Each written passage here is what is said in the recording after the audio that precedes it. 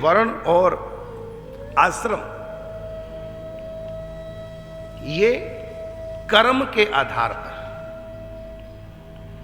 कर्म के आधार पर जन्म और जन्म के आधार पर कर्म, और ये सिलसिला अनादि काल से चल रहा है। तो कर्म और जन्म को जो मानेंगे, वर्ण संकरता ना कर्म में हो और वर्ण संकरता ना जन्म में हो। वर्ण संकरता का मतलब दो अलग अलग वस्तुओं का जो मैचिंग नहीं हो रही है, उनको उनका मिल जाना, उसको संकर कहते हैं।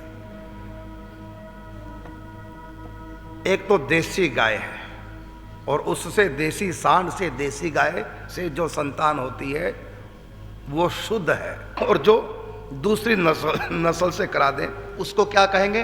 वर्ण संकर। तो देसी गाय, देसी सांड से जो संतान होगी उसका दूध, और जो वर्ण संकर संतान उसका दूध, दोनों की मैचिंग कराओ जरा लेबोरेटरी में जाकर के। मनुष्य के लिए स्वस्थ लाभकारी किसका दूध है, वर्ण संकर का या शुद्ध का? ये डॉक्टर बता देंगे। आज तो विज्ञान का युग है, डॉक्टर बता देंगे ये वर्ण संकर का दूध है और ये शुद्ध दूध। तो रोग को लड़ने की शक्ति, इम्यूनिटी पावर जो हमारी बढ़ाएगा वो शुद्ध गाय का दूध बढ़ाएगा, न कि वर्ण संकर गाय का। और खेत में जो बैल बनते हैं हल जोतने के लिए, वो वर्ण संकर का बैल काम नहीं करेगा। वहां शुद्ध देसी, जिसके यहां पर वो पिंडी बनी होती है गर्दन पर, वही हल जोतेगा। और जो जर्सी बैल होगा वो हल में काम ही नहीं आता,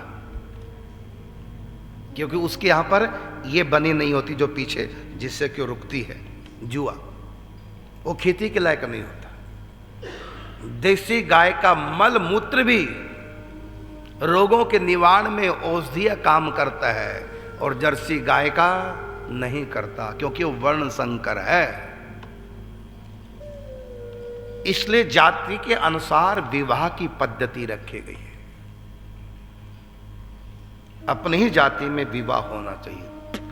वर्ण संकरता के कारण से स्वभाव में दोष आ जाता है, इसलिए यह व्यवस्था शास्त्र की रखी। अब वर्तमान में नहीं मानते, इसलिए सबके स्वभाव में विकृति आ रही है। वर्ण संकर खून में विकृति आ जाती है, और अधिकतर तो वर्ण संकर धार्मिक नहीं होते,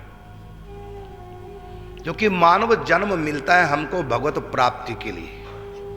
इसलिए सबसे ज्यादा धार्मिक लोग मिलेंगे भारत में, सबसे ज्यादा भगवत प्राप्ति महापुरुष मिलेंगे इंडिया में।